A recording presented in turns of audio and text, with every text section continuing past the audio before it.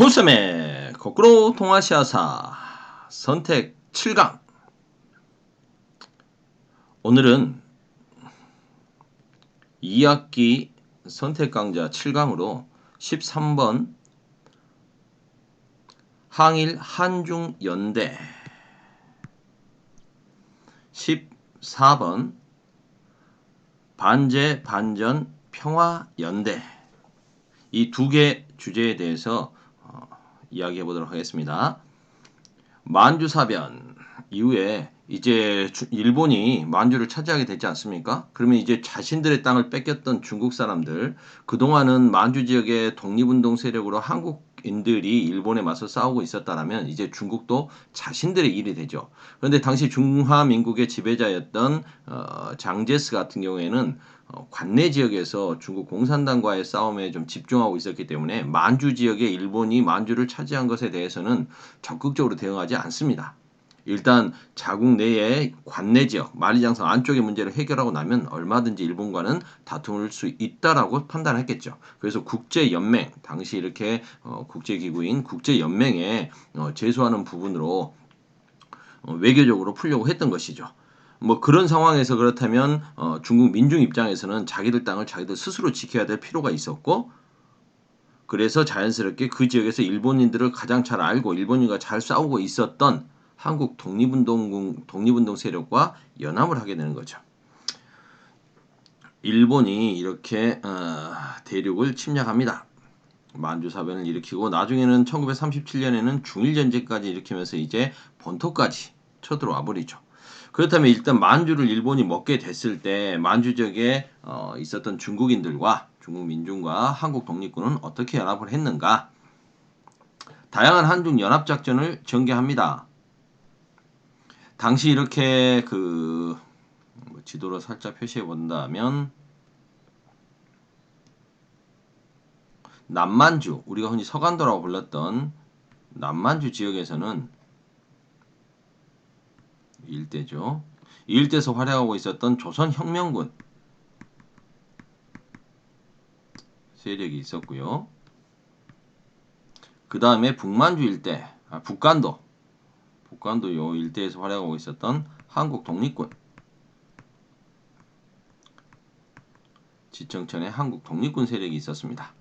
뭐 다 더 자세히 한국사 시간이라면 뭐 조선혁명당의 군대였고 한국 독립당의 군대였고 뭐 혁신의회로 가고 그 다음에 이쪽 같은 경우는 뭐 국민부고 혁신의회고 뭐 이런 이야기를 할 수가 있겠습니다만 여기서는 이제 동아시아사 시간이니까 그 부분은 빼고, 이렇게 해서 무장한 독립군 세력들이 중국 군대하고 연합을 하는 거죠. 그래서 조선혁명군 같은 경우에는 중국 의용군,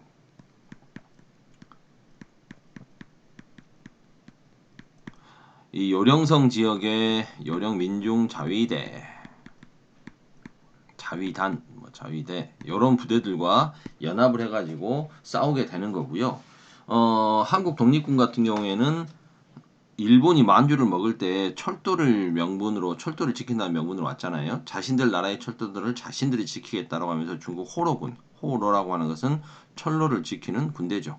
이런 호로군이라고 하는 부대들과 연합해서 싸웠던 겁니다. 그 다음에 이제 중국 그 중에서도 조선혁명군 같은 경우에 이 중국 의용군하고 함께 아예 단체까지 조직을 합니다. 이게 바로 한국과 중국, 일본에 저항하는 동맹군이다. 한중 항일 동맹회라고 하는 단체까지 결성해서 함께 투쟁을 해갔던 것이죠. 물론 이렇게 계속 오래가지는 못합니다. 한국 독립군 같은 경우에는 호로군과의 연합작전에서 자꾸 뒤통수를 맞는 일도 생기고 배신당하는 일도 생기고 해가지고 한국 독립군은 그 핵심 세력들을 이끌고 관내 만리장성 안쪽으로 이동하고, 이 군대가 이제 나중에 이 군대가 모태가 돼서 한국 광복군이 만들어지는 거고요. 조선혁명군 같은 경우에는 여러 차례 이제 개편을 좀 거듭하다가 양세봉 장군이 안타깝게 좀 피살되고 난 뒤에 좀 많이 약해지죠. 약해지고 그렇다 해서 뭐 부대로 옮기거나 하지 않고요. 꾸준히 이렇게 싸우고 있다가 나중에 이제 이쪽 쪽에서 만들어지는 동북 항일 연군이라든가 이런 쪽에 이제 합류하게 되는 거죠. 자, 그렇다면 중국 관내 지역은 어떠냐? 일본이 만주만 먹은 게 아니죠. 1937년에는 드디어 이제 중일 전쟁을 펼치고 만리장성 안쪽까지 쳐들어가지 않습니까? 그러면 이제 중국도 더 이상 자기들끼리만 내전을 펼치고 있을 수는 없게 된 거죠. 물론 그 사이에는 뭐 서한 사건, 시안 사건이라는 사건도 있었죠. 이러면서 이제 제2차 국공합작을 통해서 일본과 싸울 것을 결의를 하게 되고요. 그런데 이제 이 뭐 그 과정들을 좀 살펴보면 뭐 이런 부분들이 나옵니다. 이봉창, 윤봉길, 의거 이거 이제 중일전쟁이 터지기 전에 그 이봉창이 그 일본 도쿄에서 일왕을 죽이기 위해서 폭탄을 투척하는 사건이 있었지 않습니까? 근데 그런 부분에 대해서 일본 요 상해에 있었던 그 중국 신문에서 요 일본 왕이 죽지 않았다, 뭐 안타깝게도 죽지 않았다 이런 기사를 실으니까 일본이 거기에 이제 항의하면서 상하이 사변을 일으키죠. 그래서 일본 군대가 육전대, 요 해병대라고 할 수 있겠죠. 이런 애들이 상하이로 쳐들어오고 해서 일촉즉발의 위기 상황이 막 만들어지는 겁니다. 결국 이렇게 서구 열강들의 중재로 상하이 사변이 좀 마무리되고 일본군이 상하이에서 일부 지역을 점령하는 사건도 생기게 되고요. 그러면서 이제 일본이 거기서 자신들 천장절, 천황의 생일이다라고 하면서 축하도 하고 상하이 전승 기념식을 하고 있는데 여기에 윤봉길 의사가 또 폭탄을 투척해 버리죠. 윤봉길의 폭탄 의거. 이게 홍콩 공원 의거 아니겠습니까? 이러면서 이제 중국에서는 100만 명의 장제스가 중국의 100만 대군도 하지 못한 것을 한 명의 조선인이 했다라고 하면서 조선인에 대한 지원, 연대 분위기가 일어나는 거죠. 그래서 중국 국민당, 집권 국민당은 당시 대한민국 임시정부를 지원해주기 시작합니다.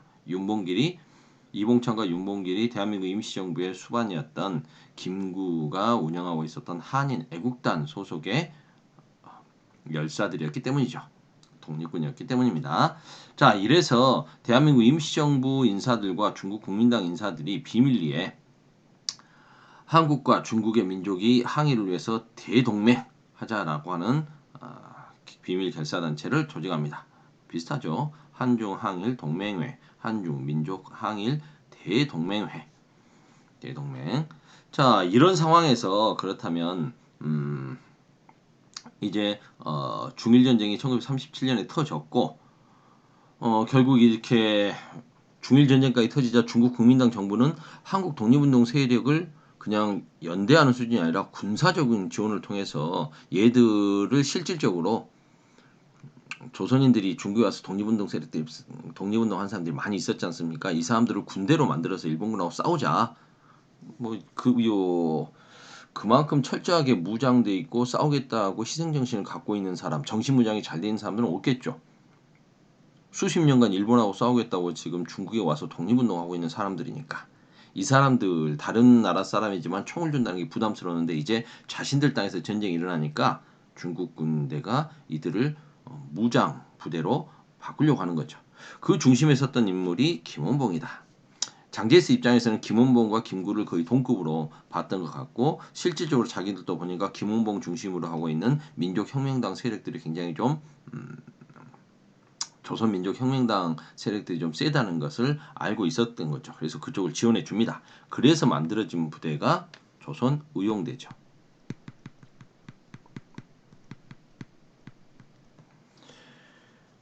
그래서 이 조선의용대는 중국 국민당 군대와 함께 곳곳에서 항일 투쟁을 전개합니다. 그러다가 이제 주로 이제 중국군이 원했던 것은 일본군 포로에 대한 신문이나 일본말을 할 줄 아니까 그다음에 이제 후방에 대해서 선무 공작 항복해라 뭐 이런 거 있죠.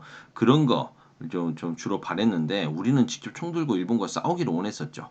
그러면서 이 김원봉과 더불어 그 조선의열단 그 의열단 활동부터 함께했던 그 윤세주라고 하는 분이 있죠. 같은 고향도 같은 밀양 사람이고요. 이 윤세주가 조선 우용대의 상당수 병력들을 거느리고 북상을 결정합니다. 우리 화북 지역으로 가서 올라가서 북쪽으로 올라가서 일본군하고 직접 싸우겠다. 그러면서 조선 우용대 화북지대로 불리는 부대를 이끌게 되는 거죠. 이 조선 우용대 화북지대는 뭐 1940년에 쯤에 이제 올라가기로 하고 41년에 화북지대 결성해서 뭐 타이양산 전투, 반소탕전 이런 사운드를 하면서 결국 중국 공산당의 지원을 받는 예난으로 들어가서 중국 공산당의 지원을 받게 되고 그리고 나중에 조선 의용군으로 참여하게 되고요. 그 다음에 김원봉은 그 따라서 올라가지 않습니다.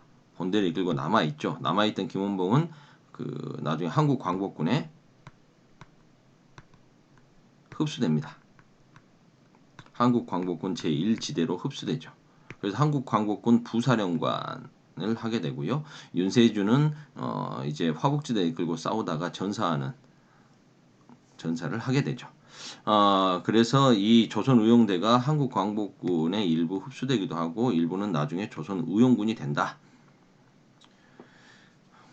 계속하겠습니다. 그 다음 이렇게 그러면 이제 조선 의용대가 이런 식으로 해체는 아니고 갈라지게 되니까 결국 이제 중국 국민당 입장에서는 조선 사람들 한국인들의 군사적 이쪽도 필요했겠죠. 결국 충칭에서 한국 광복군을 결성합니다.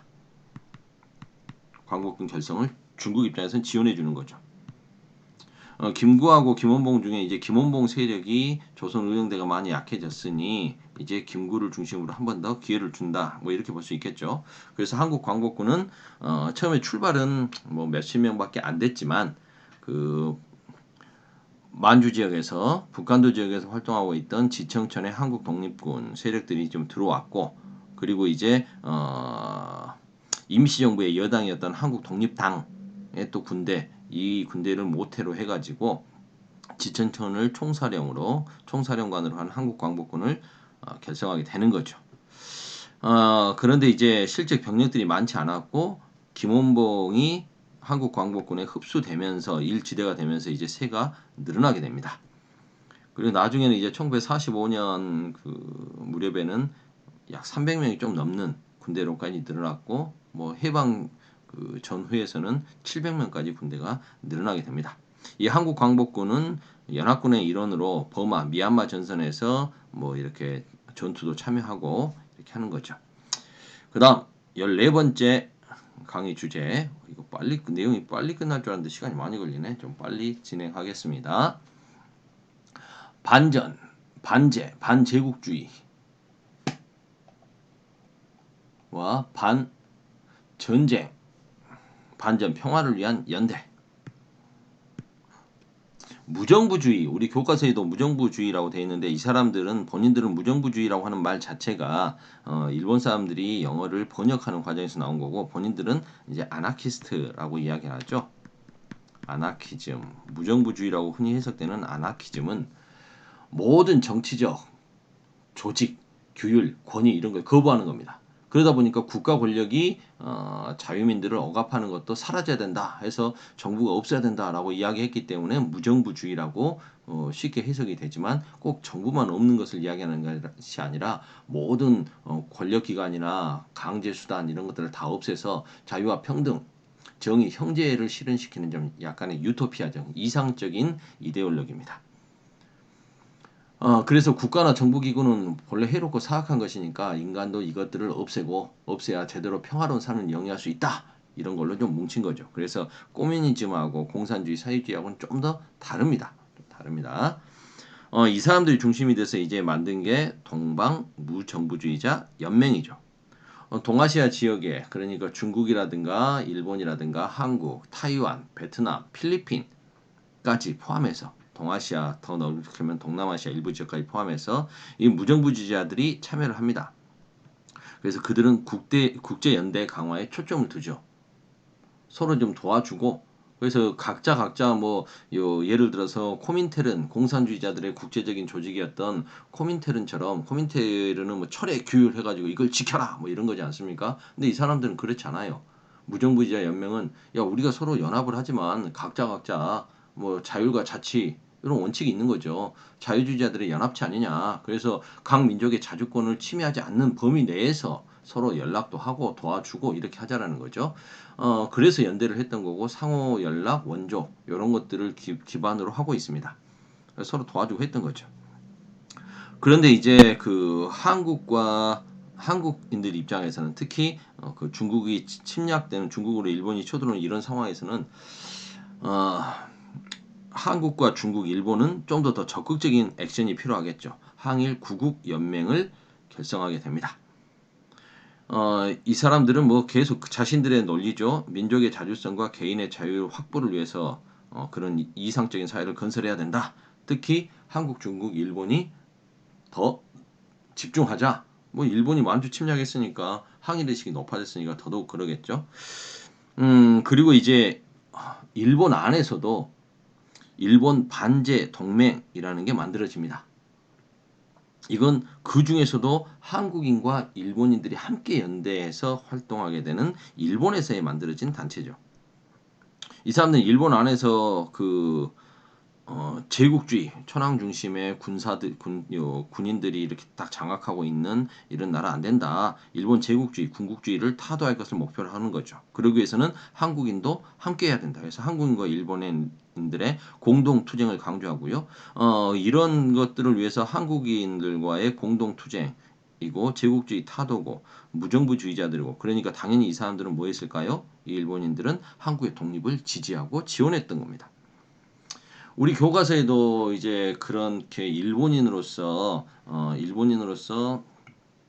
그 반제 평화, 반전 평화, 반제국주의에 앞장섰던 여성들이 이 사람들이 여성뿐만 아니라 사람들이 나오죠. 어, 우리 교과서에 있는 인물은 하세가와 대루라고 하는 여성인데 이 사람은 중국인 유학생 류런이라고 하는 분과 이제 결혼을 하게 되고 오히려 함께 뭐 그전부터 이제 평화운동, 반침략운동을 했던 사람이지만 중국 유학생을 만나서 결혼하고 그리고 이제 중국으로 옮겨와 가지고 일본이 중일전쟁 일으키자 일본인으로서 일본 방송으로 라디오 방송 진행하면서 일본 군인들의 사기를 떨어뜨리는 역할을 하는 거죠. 그래서 일본에서는 당시 이 하세가와 대루를 그 달콤한 목소리의 매국노라고 이렇게 불렀다고 합니다. 우리나라 사람으로는 여러분이 잘 알만한 사람은 박열이 있죠. 조선인 유학생 박열과 결혼하게 된 나중에 이제 옥중 결혼식을 하게 되는 가네코 후미코. 이 가네코 후미코도 쉽게 말해서 무정부주의자인 거죠. 저는 뭐 박열보다 더 열성적인 그 아나키스트였다라고 생각을 하는데요. 그래서 이 박열과 가네코 후미코 함께 뭐 이제 옥중에서 투쟁하게 되는 이야기 재판하는 과정이 이제 영화로까지 만들어졌지 않습니까? 이 가네코 후미코는 이제 옥중에서 의문사 자살로 뭐 이렇게 이야기되고 있지만 의문사를 당하게 되고요. 근데 이 사람 말고 선생님은 이제 후세 다투지도 잊어서는 안 된다라고 생각을 합니다. 이 양반도 약간 활동한 거 보면 좀 평화주의자고 무정부주의자는 아니었을까라고 생각을 하는데 이 후세 선생 같은 경우에는 박열과 가네코 후미코의 변호사만 맡은 게 아니라 많은 조선인 독립운동가들의 그 변론을 맡았던 일본인 변호사입니다. 그래서 우리나라 독립유공자로 표창도 받은 분이죠. 근데 이분 같은 경우에는 그 자식도 본인도 이렇게 조선인들을 돕다가 변호사직을 박탈당하기도 했고요. 자격정지를 먹기도 했고 본인의 아들도 의문사를 당하는데 그 아들도 아마 이런 아나키스트 활동과 좀 관련이 있었던 것 같아요. 이런 분들이 있었다. 그런가 하면 사이토 다카오라고 해서 일본의 국회의원 중의원이었던 사람은 지금 일본 이렇게 군인들이 정권을 장악하고 있는 거 잘못됐다. 왜 군인들을 반헌법적으로 다른 나라 침략 전쟁에 이용하는 거냐? 막 이런 이야기 하다가 국회에서 잘렸던 평화주의자도 있습니다. 이런 사람들도 있다는 걸 잊지 말자. 반전, 평화를 위한 연대. 중국인과 일본인들 사이에서 만들어진 이 반전평화연대 같은 건 뭐냐? 이제 중일전쟁 터지고 나니까 자연스럽게 중국인과 일본인 사이에서도 반전평화운동이 일어나는 거죠. 특히 일본 병사들 중에서 중국군에게 포로가 된 사람들이 있습니다. 이 사람들이 이제 중심이 돼서 만들어진 게 일본 병사 반전 동맹 예난 지부. 예난은 중국 공산당의 근거지죠. 그래서 중국 공산당의 포로가 됐던 일본군들이 어, 일본군에게 자기 일본말로 탈영이나 투항을 호소하는 이런 활동들을 반전 운동을 펼쳤던 게 일본 병사 반전 동맹이라고 할 수 있겠습니다. 일단은 20분이나 여기까지 하겠습니다. 끝.